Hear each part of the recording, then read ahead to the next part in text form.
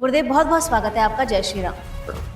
गुरुदेव सबसे पहले तो आप हमें बताएं कि गुरु क्यों आवश्यक है हर व्यक्ति के जीवन में। कि भगवान किसी दिन छप्पर फाड़ के देगा, क्योंकि बाप बड़ा ना भैया, सबसे बड़ा रुपया, जीते जी ही नर्क है और जीते जी ही स्वर्ग है। तू तैरना सिखा देता है, आप इस भवसागर से तैर कर पार कर जाते हैं। अपने घर की बच्चियों के साथ इस तरह का व्यवहार करते हैं, उस संदर्भ में क्या कहेंगे आप? दुर्गा और काली और चंडी हो या सीता हो, सती हो, सावित्री हो, इन सब का दर्शन हमें हमारे घर में ही करना चाहिए। जी। सच बोलता हूँ आपको, ये जो सदगुरु शब्द लिखा हुआ है ना, मैं बहुत एम्बेरस फील करता हूँ। मैं आज आपके सामने बता रहा हूँ और मैंने ये सोशल मीडिया वालों से इन लोग से कहा इसको हटवा दो यार।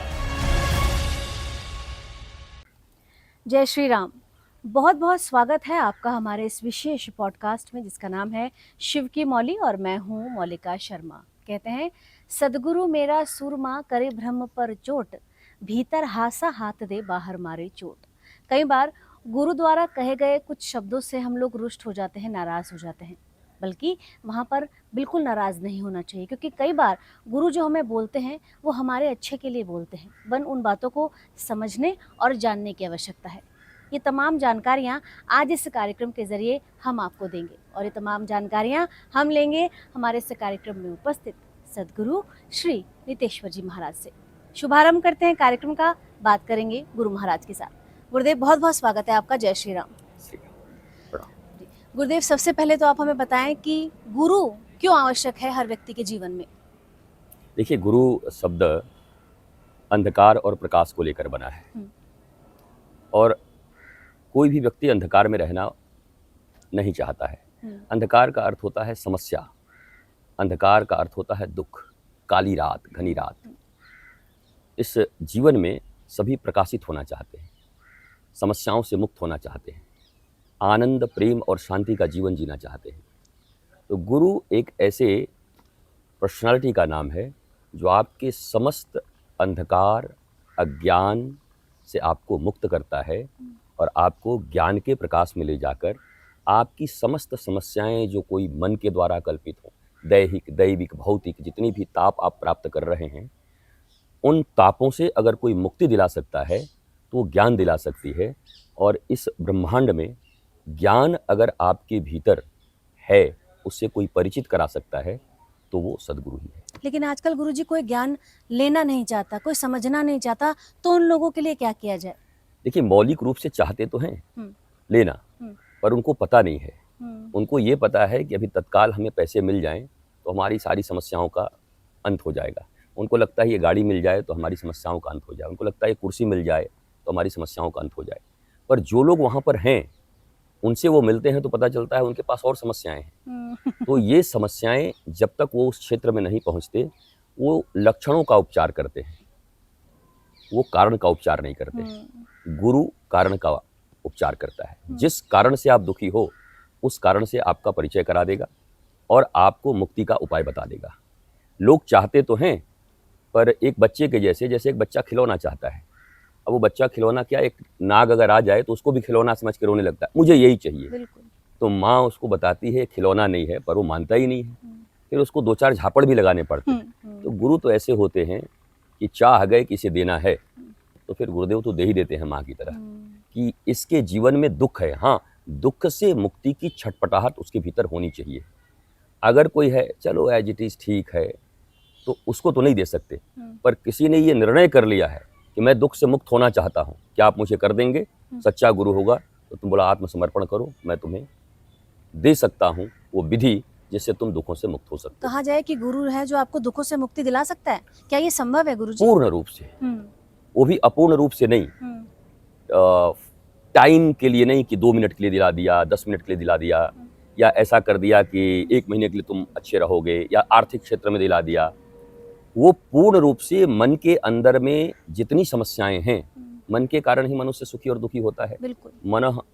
मन के लिए ही हमारे उपनिषदों में कहा गया है कि मन ही मनुष्य के बंधन और मन ही मनुष्य के मोक्ष का कारण है, दोनों कारण है।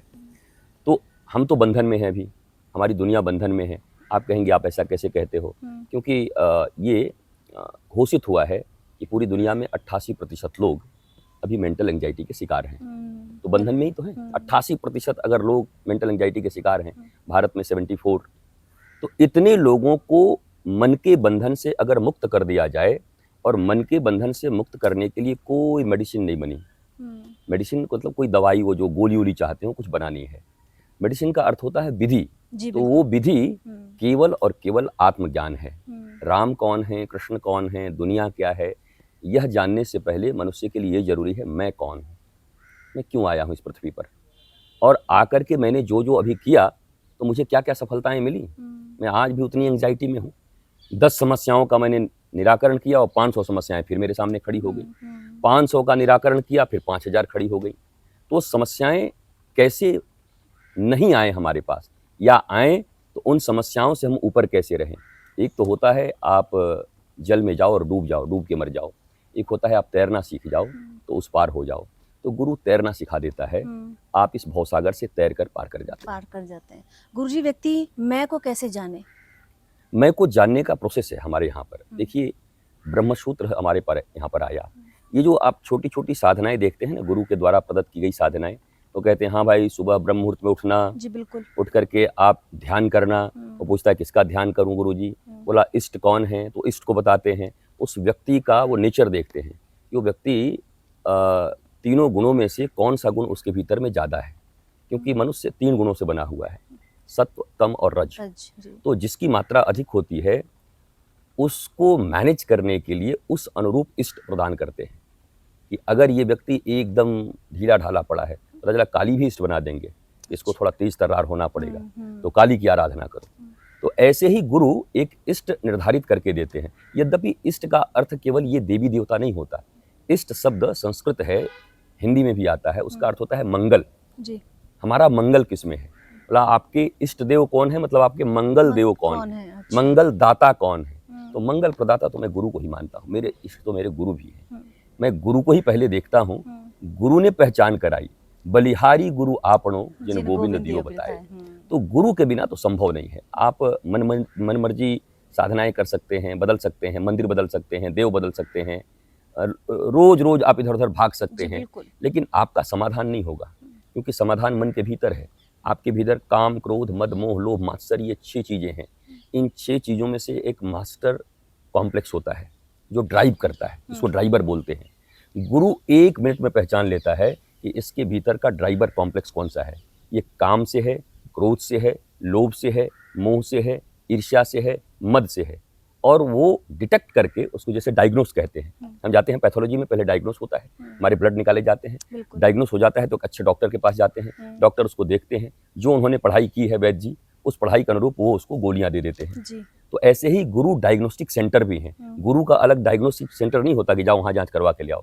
गुरु तो ऐसे ही नंगी आंखों से एक्सरे कर लेता है, आपसे बातचीत करते करते आपके बात को समझ करके ही समझ जाता है कि आपके भीतर में कौन सी चीज आपको सबसे ज्यादा समस्या में डाल रही है, और वो उसका निराकरण कर देता है। लेकिन गुरुजी, आज के दौर में जाने कैसे कि कौन गुरु उचित है, कौन अनुचित? ये पहला देखिए, ये बहुत अच्छा प्रश्न है, क्योंकि अब गुरु नहीं, गुरु घंटाल ज्यादा है। बिल्कुल। और गुरु घंटालों के चक्कर में भारत ही नहीं पूरी दुनिया परेशान है। वो तो अपना काम बना लेते हैं, वो तो ठीक ठाक अपना घूमने उमने लगते हैं, उनके व्यवस्थाएं तो हो जाती हैं बड़ी बड़ी, पर जो लोग उनके चक्कर में पड़े हैं वो सारा जीवन ऐसे ही रह जाते हैं। बस वो एक आशा रहता है कि एक न एक दिन हमारा भी काम होगा। वो एक न एक दिन नहीं होता, यहाँ हर कार्य धीरे धीरे होता है, और पहले दिन से शुरुआत करनी होती है। हम लॉटरी के इंतजार में बैठे हैं कि भगवान किसी दिन छप्पर फाड़ के देगा, कभी नहीं देगा भगवान छप्पर फाड़ के। भगवान ने आपको बुद्धि दिया, आपको विवेक के लिए कहा, बिनु सत्संग विवेक न होई, राम कृपा बिनु सुलभ न सोई। भगवान राम की सबसे बड़ी कृपा हमारे ऊपर क्या है? भगवान राम की कृपा स्वयं गोस्वामी तुलसीदास कह रहे हैं कि सबसे बड़ी कृपा है कि तुमको सत्संग मिल गया। सत्संग कहाँ मिलता है? संत और गुरु के पास। अर्थात जीवन में अगर तुमको संत और गुरु मिल गए तो तुम्हारे ऊपर राम की कृपा हो गई। लोग समझते हैं कि गुरु की कृपा होगी तब राम मिलेंगे। मैं ये कहता हूं, और गोस्वामी जी ये कह रहे हैं कि राम की कृपा होगी तब गुरु मिलेंगे। तो राम कृपा जब मनुष्य पर होती है तो उन्हें गुरु की प्राप्ति होती है। पर आपका प्रश्न है कि सच्चे गुरु की पहचान कैसे करें? सच्चे गुरु की पहचान करना एक बहुत साधारण सी चीज है। क्या वो भी आपकी तरह धन की लोभी हैं? पहला तो यही है। अगर आप देख लो, आपके गुरु भी पद में, धन में और बाह्य सुंदरता में अगर वो आकर्षित हैं किसी न किसी रूप से, तो पहला अलार्मिंग आपके लिए मतलब बेल है कि आप थोड़ा बज गया घंटी, यहाँ से थोड़े दूर दूर जाइए। जाइए, हाँ, हाँ, सचेत हो क्योंकि जाइए। हाँ, आप वहाँ आए हैं, गुरुजी ऐसा कुछ हो जाए तो मैं आपकी बड़ी सेवा करूँगा, एक बार हमको ये टेंडर मिल जाए 100 करोड़ का। गुरुजी कहे हो जाएगा, कोई चिंता नहीं है, तो ऐसा कर वहाँ पर उनसे मिल। हाँ, और मिलने के बाद उन्होंने कहा कि हाँ ऐसा है जी कि एक पर्ची 51,000 रुपये फाड़नी, जमा कराओ जी। और हम एक यज्ञ कर देते हैं तो तुम्हारा मामला बन जाएगा। अब देखिए, कर्म प्रधान विश्व करी राखा, जो जस करहीं सो तस फल चाखा। यज्ञ का अर्थ होता है कि हम अपने चरित्र के अंदर में, अपने जीवन के अंदर में कितना सुधार लाते हैं, हम कितने ओज तेज से भरते हैं, हमारे भीतर में धैर्य कितना बढ़ता है, हम ज्ञानी कितने होते हैं। लेकिन ये पूरा पूरा लॉटरी सिस्टम कर दिया है यहाँ पर लोगों ने। ये पैसे दो, जैसे आप बर्गर खरीदने गए वैसे ही गुरु का आशीर्वाद खरीद के ले आइए। गुरु जी का आशीर्वाद कितने मिलता है? बोला 5,000 में यहाँ पर। बोला ये वाले गुरु जी, बोला अरे यहाँ 51,000। बोला ये वाले गुरु जी, यहाँ तो 5 लाख से कम में बात ही नहीं होती। तो ये तो लगता है जैसे बर्गर और पिज्जा खरीदने गए। बिल्कुल। तो ये पहली बात, तो जिनका पैसे में बहुत अट्रैक्शन है और कहीं से शो कर रहे हैं कि तू इतना चढ़ा दे, तो आप तो पहले दूर निकल जाइए। बोला गुरु जी, जब आप ही का ये शांत नहीं हुआ है अभी, तो फिर आपकी लिप्सा भी शांत नहीं हुई है, तो तुम हमें क्या शांत करोगे? तो ये पहला पहचान है कि अगर गुरु धन में आसक्त है तो वो गुरु नहीं हो सकता। गुरु अपने इष्ट के ऊपर लोक कल्याण के लिए, अपनी विद्या को लोगों में बांटने के लिए उद्धत रहता है। अगर उसे व्यवस्थाएं मिल गई तो बड़ी अच्छी बात, नहीं मिला तो रूठेगा नहीं, वो ऐसे ही जगत में ज्ञान बांटता चलेगा। इसलिए पहला पहचान है, आप देख लीजिए, क्योंकि बाप बड़ा न भैया, सबसे बड़ा रुपया। बिल्कुल। तो मेरा आपके बाद क्वेश्चन भी यही था कि आजकल हर कोई माया के जाल में फंसा हुआ है, उससे कैसे निकले? माया के जाल में वो लोग फंसे हैं तो वो निकलेंगे तब तो निकालने वाला अच्छा हो। निकालने वाला तो और ज्यादा फंसा हुआ है। जी बिल्कुल। राम मिलाए जोड़ी, एक अंधा एक कोढ़ी, नरक में भी ठेलम ठेला। ऐसा मामला चल रहा है कि वहां पर भी दोनों में लगा हुआ है द्वार पर, दोनों गुरु और चेला दोनों नरक के द्वार पर मिल गए। अब ये एक कहानी है, नरक होता है कि नहीं होता है वो तो मरने के बाद पता चलेगा, या किसी को याद होगा तब पता चलेगा। जीते जी ही नर्क है और जीते जी ही स्वर्ग है। अगर आपका जीवन समस्याओं को समझ लिए, ज्ञान से आप युक्त हो गए, तो आप स्वर्ग में जी रहे हो। अगर आप ज्ञानहीन हो तो हर क्षण आपके लिए संघर्ष और नर्क है। नहीं, आदमी कहता मेरी जिंदगी नर्क से भी बदतर हो गई है, तो नर्क भी यही है, स्वर्ग भी यही है। अगर ज्ञानवान हुए तो स्वर्ग आपके लिए उपस्थित है इसी पृथ्वी पर, अगर आप ज्ञानहीन हुए तो नर्क इसी पृथ्वी पर आपके परिवार में ही उपस्थित है। तो पहले तो आप ये जाकर जांच कर लो कि एन केन प्रकारेन, अंडर टेबल या अपर टेबल, दोनों, ये भी मैं कह रहा हूँ कि अंडर टेबल हमें तो कुछ नहीं चाहिए, गौशाला के लिए दे दो। अरे बाबा, आप गौशाला इतना चलाने के लिए क्यों परेशान हो? अफगानिस्तान में भी गौशालाएं चलती थी, बांग्लादेश में भी गौशालाएं चलती थी, न गौशाला रहा, न गौ रही, और न गौ का सेवा करने वाला रहा। अब कोई नहीं है वहाँ। क्या हुआ गौ सेवा का फल? मैं पूछना चाहता हूँ, और इसको जरा दिखाइए कि गौ सेवा का फल, ऐसे ऐसे लाहौर में सेठ लोग थे जो 10-10 हजार गायों की सेवा करते थे। 25-25 वर्षों तक उन्होंने गौशाला बना के रखा, एक मनुष्य नहीं बचा वहां पर। आज एक हिंदू नाम का नहीं बचा, एक गौ नहीं बची, गौशाला चलाने वाले खुद नहीं बचे, काट के भेजे गए वहां से। क्यों? गौ माता ने आपको आशीर्वाद नहीं दिया? आप ज्ञानहीन तरीके से कुछ नहीं पा सकते। गौ माता के भीतर में 33 कोटि देवी देव होते हैं, बहुत अच्छी बात है, सेवा करिए, पर गौ माता सुरक्षित रह सके उसका उपाय आपने किया नहीं। सनातन संस्कृति सुरक्षित रह सके इसका उपाय आपने किया नहीं। अपने बच्चों को सनातन संस्कार और सनातन विद्या आपने दिया नहीं, और आप सोचते हो गौ माता की सेवा करके हम बच जाएंगे। आपको इस दुनिया में अपने और अपने बच्चों को सनातन का ज्ञान देना होगा। सनातन संस्कृति कैसे रक्षित हो उसके लिए उन्हें ओज तेज वीर बनाना होगा। अगर आप 16 संस्कार उनको दे पाए तो गौ भी बचेगी, बल्कि हम तो ये कहेंगे प्राणियों में सद्भावना हो। सनातन ये मानता है समस्त प्राणी भी बचेंगे। इसलिए पहली बात कह सकता हूं कि जिस गुरु के अंदर में पैसे की भूख हो, एन केन प्रकारेण, चाहे बेटा आश्रम बनवा दो हमको तो कुछ नहीं चाहिए, बेटा ये गौशाला चलवा दो हमको तो कुछ नहीं चाहिए, बल्कि सच्चा गुरु होगा तो कहा इधर आ, न गौशाला बनाना है न आश्रम बनाना है, पहले पहचान कि तू कौन है, आ मैं तुझे कुछ देता हूँ, और वो साधनाएं तुम करो। जब तुम जग उठोगे तो पता नहीं तुम कितने हजार लाखों लोगों को जगा दोगे, और हमारा भारतवर्ष ऐसे ही अखंड अनंत, जैसे कभी विश्व गुरु रहा था विश्व गुरु होगा। हमारी रक्षा होगी, बांग्लादेश की तरह हमारी माँ बहन बेटियों को तकलीफें नहीं होंगी, कांधार की तरह, पेशावर और लाहौर की तरह हमारी बहन बेटियों और हमें काटा नहीं जाएगा। इसके लिए पहले सनातन का ज्ञान अपने बच्चों को दीजिए। गुरुजी, आप ज्ञान की बात कर रहे हैं, यहीं पर अगर हम बात करें, जब नवरात्रि वगैरह आते हैं तो स्त्रियों की पूजा की जाती है, माँ दुर्गा का पूजा की जाती है, लेकिन वहीं पर आप अपने घर की बच्चियों के साथ इस तरह का व्यवहार करते हैं, उस संदर्भ में क्या कहेंगे आप? देखिए, वो तो ऐसा है ना कि मूर्ति से मूर्त तक जाना था, मूर्ति पूजा से प्रारंभ था। जो लोग ये कहते हैं कि मूर्ति में भगवान नहीं, वो भी अज्ञानी है, क्योंकि जब वो कण कण में है तो मूर्ति में क्यों नहीं है? मूर्ति में भी है। जब इस वृक्ष में है, जब इन पत्तों में है, आप में है, हम में है, खड़क खंभ में है, तो उनमें भी है, मूर्तियों में भी है। पर मूर्तियों तक सीमित नहीं रहना है। मूर्ति से मूर्त अर्थात इस दुर्गा की मूर्ति से, विग्रह से, अपने घर में जो हमारी दुर्गा की तरह हमारी माँ है, अगर हमारी बहनें हैं, अगर वहां तक हम न पहुंच पाए तो हम कैसे हैं? आपको ऐसा बता देते हैं। बचपन स्कूल में हमारे पिता ने एडमिशन करा दिया किड जी में, और हम जीवन भर किड जी में ही पढ़ रहे हैं। क्यों? बोला हमारी बुद्धि मंद थी। हम 22 साल तक किड जी में पढ़ रहे हैं। A for Apple. बोला कितना एज हुआ? बोला इनका उम्र हो गया 22 साल। बोला क्या हुआ? बेचारा मंद बुद्धि निकल गया, आगे बढ़ ही नहीं पाया। तो हम भी मंद बुद्धि हैं, हम मूर्ति तक सीमित रह गए। भगवान श्री कृष्ण ने गीता में कहा कि आपको प्रत्येक हृदय में मैं विराजित हूं। तो प्रत्येक हृदय शुरुआत कैसे होगी? पहले ही बाहर खोजने चला जाता है। पहले अपनी माँ में खोजो, बहनों में खोजो, परिवार में खोजो। परिवार में मुस्कुराते नहीं, दुनिया में मुस्कुराते चल रहे हैं बाहर में। तो परिवार का सेवा हो नहीं रहा है, बाहर कह रहे हैं एक बार सेवा करने का अवसर दीजिए। हाँ, पता नहीं, घर में सेवा कर लो ना एक बार। अब आपका परिवार है, एक बार उस परिवार के साथ मिलकर के उनकी सेवा कर लो। तो मुझे लगता है कि दुर्गा और काली और चंडी हों या सीता हों, सती हों, सावित्री हों, इन सब का दर्शन हमें हमारे घर में ही करना चाहिए। जी गुरुजी, मैं सिद्धियों का थोड़ा आपसे जानना चाहूँगी। कुछ लोग कहते हैं कि 3 दिन आप हमारे पास आ जाइए, आपको ये सिद्धि प्राप्त हो जाएगी, आप इनकी पूजा करेंगे, आपकी हर समस्या का समाधान हो जाएगा। और काफ़ी सारे लोग ऐसे भी हैं गुरुजी जिनके पास सारी चीज़ें हैं लेकिन फिर भी शांति नहीं, उनको क्या कहेंगे आप? जो लोग कहते हैं कि 3 दिन हमारे पास आ जाओ आपको सिद्धि प्राप्त हो जाएगी, वो सिद्ध हो चुके हैं, उनको एक जगह कहीं बैठना चाहिए। वो खुद ही असिद्ध हैं। उनके टीवी के नीचे वो अकाउंट नंबर चल रहे हैं। इसलिए ये बड़ा यक्ष प्रश्न है भारत के सामने और दुनिया के सामने। वो कह रहे हैं मैं 3 दिन में तुम्हें सिद्धि दूंगा, और टीवी के नीचे इस अकाउंट में IFSC क्या कोड होता है, इस कोड को डालिए और विदेश से भी भेजिए। जी बिल्कुल। तो अब मैं पूछता हूं, आप तो सिद्ध हो गए ना, आप सिद्धि प्राप्त कर लिए, आप उस सिद्धि से पूरे भारतवर्ष को अरबपति बना दो, कम से कम पैसों की समस्या खत्म कर दो। यद्यपि ये पता है कि पैसों की समस्या खत्म होने से मनुष्य की समस्या खत्म नहीं होती, क्योंकि मुकेश अंबानी की समस्या भी खत्म नहीं हुई है, कोकिला बेन जी की भी समस्या खत्म नहीं हुई है, बिल गेट्स का समस्या खत्म नहीं हुआ है, एलन मस्क बेचारा भी खुद परेशान है, डोनाल्ड ट्रंप इतने बड़े हैं खुद भी परेशान है। इसका मतलब पैसों से तो समस्या का अंत नहीं हुआ, पद से भी अंत नहीं हुआ, क्योंकि अमेरिका के राष्ट्रपति बन गए, फिर भी अंत नहीं है। रोज लग रहा है कि अच्छा भारत ने ऐसा किया, कल बताऊंगा। तो परेशान तो वो भी हैं अंदर से। समस्याओं का अंत केवल मनुष्य को आत्मज्ञान से हो सकता है। मैंने कहा ना कि मैं की शुरुआत से होगी। मैं कौन हूं, किस लिए इस पृथ्वी पर आया हूं, कितने दिन के लिए आया हूं। अगर मैं 70 से 80 साल के लिए आया हूं तो मैं क्या ये घन चक्कर का काम कर रहा हूं। एक दिन हमारा बलून फूटेगा, हम फूट जाएंगे। तो हम क्या क्या ऐसा करें कि स्वयं शांत रह सकें और लोगों में शांति बिखेर सकें। क्या ये इतना सरल है?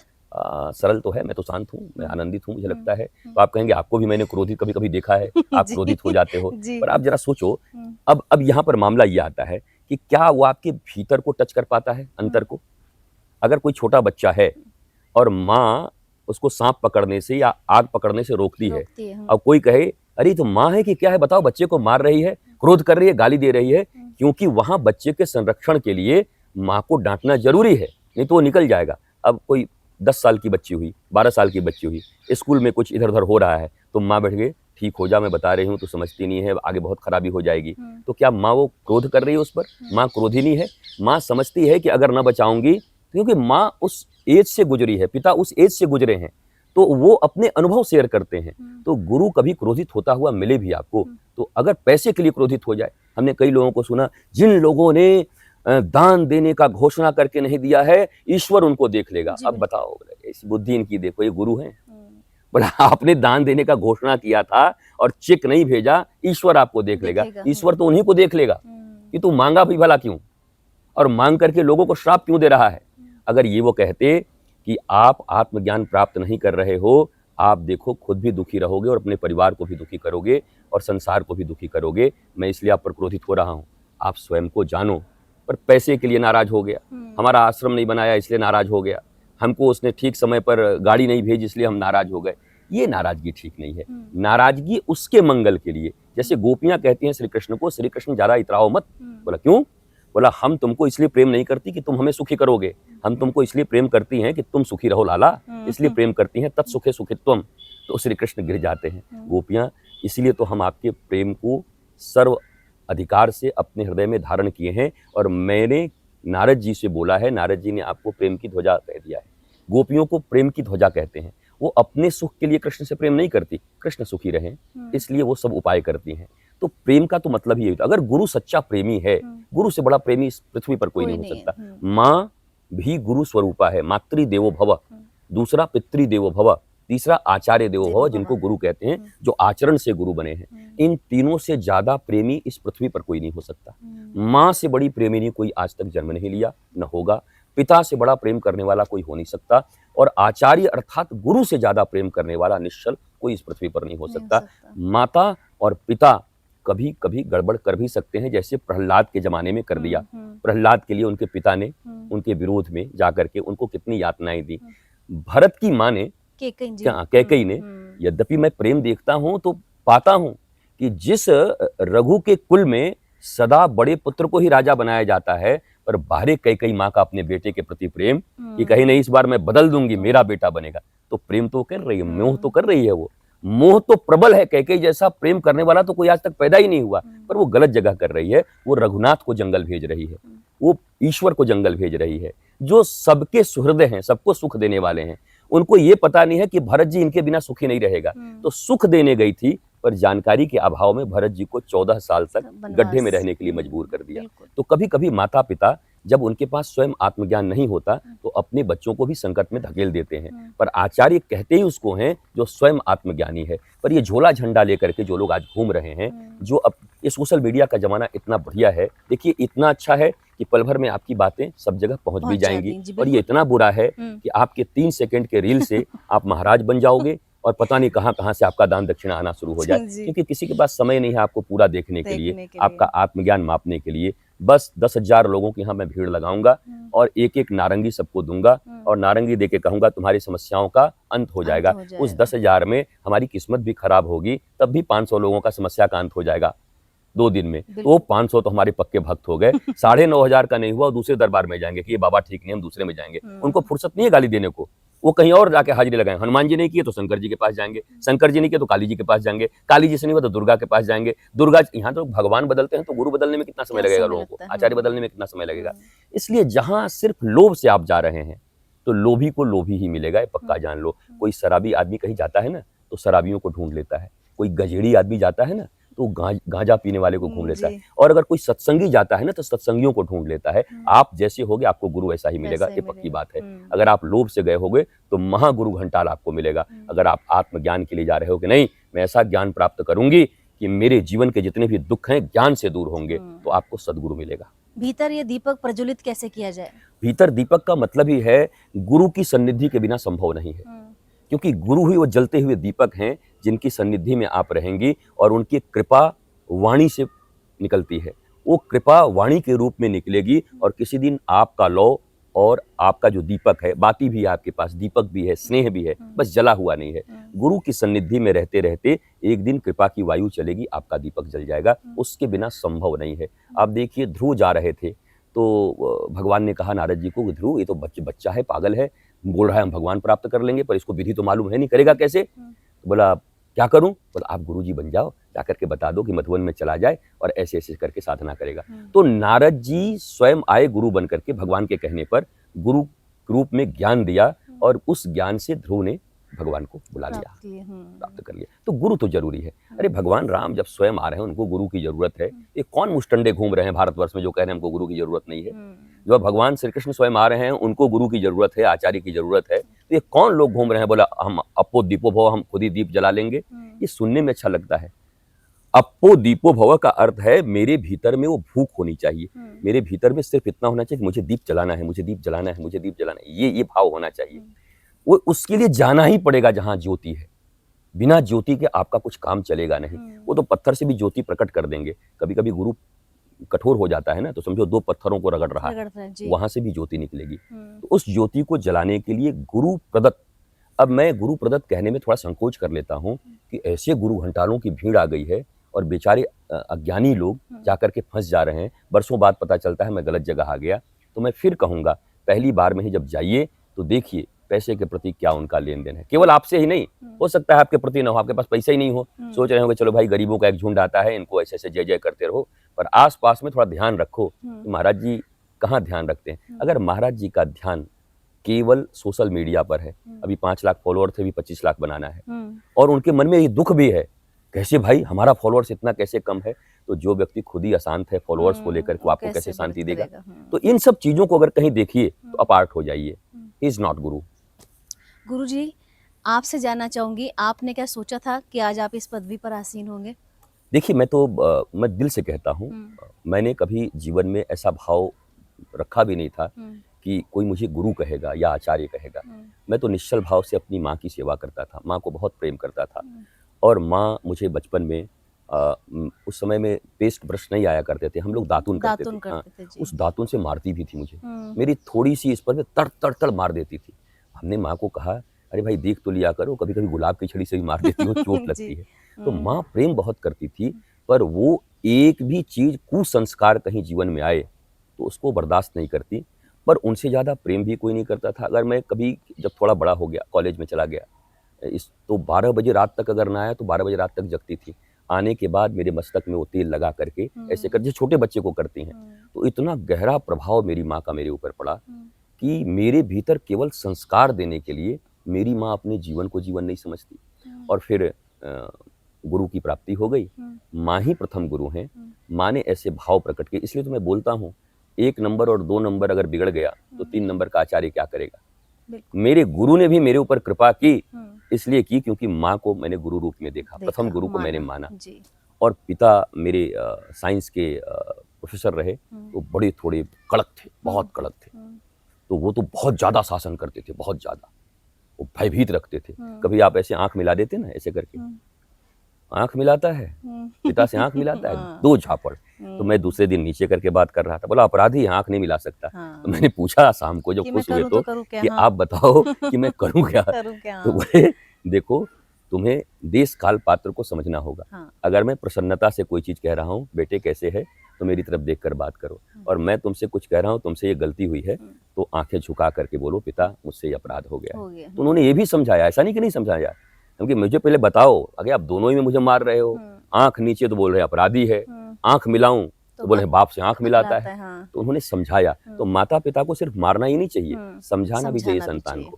तो मेरे माता पिता और मेरे गुरु की कृपा, पर मैं आज भी गुरु के गद्दी पर हूँ, मुझे पता नहीं चलता, क्योंकि मैं सच बोलता हूँ आपको, ये जो सदगुरु शब्द लिखा हुआ है ना, मैं बहुत एम्बेरस फील करता हूँ। मैं आज आपके सामने बता रहा हूँ, और मैंने ये सोशल मीडिया वालों से, इन लोग से कहा कि इसको हटवा दो यार मेरे नाम से कहीं से। क्यों गुरुजी? मुझे मैं खुद को फील नहीं करता सदगुरु और कोई ओहदा और कोई ये। मुझे लगता है मेरे गुरु और माता पिता का दिया जो कुछ भी है, मैं भारत माता के लिए जो कुछ भी कर पा रहा हूँ, लोगों को देख करके उनके लिए कुछ भी कर पाऊँ तो मुझे अच्छा लगता है। तो पर ये शब्द मेरे ऊपर कभी कभी मुझे नहीं जंचता। मुझे लगता है मैं तो आम इंसान हूँ, कहाँ से मुझे सदगुरु बना दिया इन लोगों ने। तो मैंने हटवाने के लिए इन लोगों से कहा था, तो अब ये कुछ हटाया नहीं, कुछ परेशानी है। ये बोलते हैं कि आपका डिलीट हो जाएगा। तो एक बार तो मन बना लिया था कि डिलीट ही कर दो, पर हटा दो, पर ये नहीं हटा रहे हैं। पर ये मेरे दिल की बात है कि अगर केवल रितेश्वर लिख दिया जाए, मेरे गुरु का दिया हुआ नाम, तो मैं बहुत प्रसन्न रहूंगा। आपके जीवन का उद्देश्य क्या है गुरु जी? मेरा जीवन ही एक उद्देश्य है। मैं प्रसन्न हूँ, आह्लादित हूँ, आनंदित हूँ, पृथ्वी पर विचरते रहता हूँ। जगजीत सिंह का वो गजल मुझे हमेशा याद रहता है, जिस रास्ते से तू निकले वो फूलों से भर जाए, तेरे पैर की कोमलाहट सोते भाग्य जगाए। मैं जहां जाऊं आनंदित रहूं, और मुझसे लोग दुखी न हों। और बल्कि लेकिन एक बात है, राम कहीं से गुजरेंगे तो रावण तो दुखी होगा। तो कोई विभीषण ही सुखी हो सकता है और सबरी ही सुखी हो सकती है। तो कभी कभी लोग नाराज भी हो जाते हैं, तो फिर मैं कहता हूँ भाई अब मैं क्या कर सकता हूँ। मैं तो धर्म का प्रचार करते हुए, धर्म का सबसे बड़ा प्रचार है आपका जीवन। मुख से आप क्या बोलते हैं, वो तो मैं कह रहा मुख से बोलने के कारण ही तो गुरु घंटालों के पास लोग फंस गए, क्योंकि उनकी वाणी 3-3 सेकंड की ऐसी आने लगी। ऐसा सुंदर 3 सेकंड में, 11 सेकंड में ऐसा रील बना, और आंखों में आजकल वो निकलते हुए भी दिखाई जाता है कि आग निकल रहा है। आदमी कहता है वाह रॉबिन हुड आ गया, पर उनको क्या पता कि पीछे कौन बैठा है। तो ये कभी कभी अच्छा भी लगता है, कभी कभी लगता है बेचारे, लेकिन वो भोले भाले क्यों हैं? उनको भी भगवान ने इंसान के रूप में जन्म दिया है, उन्हें भी ज्ञान प्राप्त करने का अधिकार है। तुम क्यों अनाधिकारी बन करके बैठे हुए हो? तुम स्वयं ज्ञानी बनो ना। यहाँ तो कोई राजा ही सदा गुरु नहीं बना है, कोई धनवान तो सदा गुरु नहीं बना है। यहाँ तो अष्टावक्र 8 जगह से जो टेढ़े हैं वो भी राजा जनक के गुरु हैं। बिल्कुल, तो बिल्कुल। अवसर तो आपके पास भी समान उपलब्ध है ज्ञानी होने का। तो मनुष्य के अंदर में समस्याओं से मुक्त होने का एकमात्र उपाय इस पृथ्वी पर अगर कुछ है तो वो नॉलेज। स्टूडेंट इसको ज्यादा समझेंगे क्योंकि कहेंगे गुरु, तो बोले अच्छा खुद गुरु बनने के लिए गुरु चाहिए, है ना। ओनली नॉलेज, नॉलेज के द्वारा आप अपने सारे बंधनों को खोल सकते हैं। जितना उलझाव है भीतर में, एक एक करके सारे गिरह खुल जाएंगे। तो बी नॉलेजफुल। गुरुजी, चलते चलते शिव की मौली के दर्शकों के लिए क्या कहना चाहेंगे आप? अब शिव के मौली नाम ही इतना प्यारा है, और शिव के मौली के दर्शक और आपके प्रश्न विशेषकर, मैं बहुत सारे इंटरव्यू देता रहता हूँ, लोगों से मिलता रहता हूँ, पर वही प्रश्न हैं। उन्होंने, राहुल जी ने ये कहा, अखिलेश जी ने ये कहा, उन्होंने ये कहा, पर विशुद्ध मनुष्य के कल्याण के लिए, मनुष्य के निर्माण के लिए अगर 100% कहीं से प्रश्न आ रहे हों तो मैं ये गौरव के साथ कह सकता हूँ कि वो शिव के मौली के पास से ही आ रहा है। बहुत सुंदर गुरुजी, बहुत सुंदर। और इससे ही मंगल है, इसी के कल्याण है। बाकी तो रोचक चीजें हैं। एक विस्फोटक बयान देकर के 10 लाख फॉलोअर बना लीजिए, पर आपका होगा क्या? पर इससे कल्याण होगा जो आप पूछ रही हैं। अगर कोई सत्य में समझ जाए तो उसका मंगल हो जाए। जी, बहुत बहुत धन्यवाद आज की तमाम जानकारी के लिए। जय श्री राम गुरुजी। जय श्री राम। हमें ज़रूर बताइएगा आपको हमारा ये पॉडकास्ट कैसा लगा। आप हमें मैसेज भी कर सकते हैं। हमारे इस चैनल को सब्सक्राइब, लाइक और शेयर ज़रूर कर दीजिएगा। आज हमें दें इजाज़त। जय श्री राम।